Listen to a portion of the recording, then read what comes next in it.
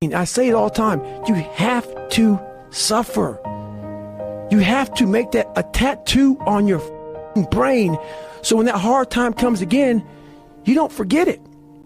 Through repetition of things you don't want to do, you develop mental, like an armor for your mind. You start to armor your mind, because your mind's like, okay, we suffer every day. It's what we do. We do stuff that sucks every day. So then when the suck stuff comes, you're ready for it. You have to learn to train your mind well beyond motivation. If you have motivation, that's great. That's some kindling to the fire. All it takes is a little spark, you can burn the whole forest up. But motivation, you have to learn to exist without it. You have to learn you have to be your best self when you're least motivated. And that's the tricky part about all that shit. Motivation is just a word. You have to have these different things in your mind on where you want to go and know that motivation is not going to get me there. You don't become confident by shouting affirmations in the mirror, but by having a stack of undeniable proof that you are who you say you are. Outwork your self-doubt. You have to want it. You have to want to be better. And it starts off with, you have to have pride in yourself. You have to have pride in yourself.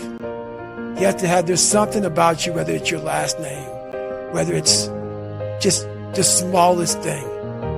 You have to be proud of yourself. And if you have no pride in yourself, I can't. Even the hardest men, in times of suffering, what we do is we forget how hard we really are. Because that's what suffering is. Suffering is a test. That's all it is. Suffering is the true test of life.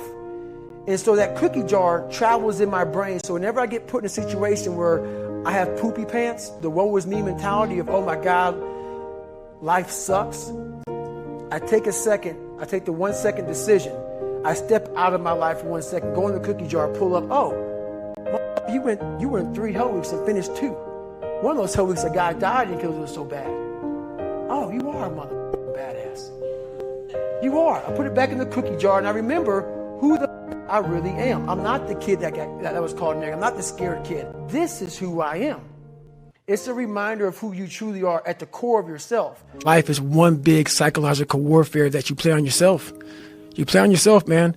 The most important conversation I ever had is with myself. Your life was basically the perfect grounds for training for where you need to go in your life.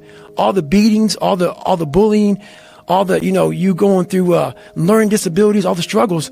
It was the absolute perfect training ground for you to go to where you need to go. I literally put myself in a fire repeatedly, like a sword. You put a sword in a fire repeatedly and repeatedly. If you keep on doing that, you're going to get a nice sword. And then you keep on beating it. You got to beat the shit out of it. And that's what I am. Yeah. I became that. I said, okay, we can't quit. We got to figure out why you are this pussy. Why are you this pussy, man? What is wrong with you? What's going on here? So I kept on putting the sword back in the daggone fire, and I just beat it harder. And I beat it harder. Before I knew it, I started realizing, all right, man, the brain is starting to get hard.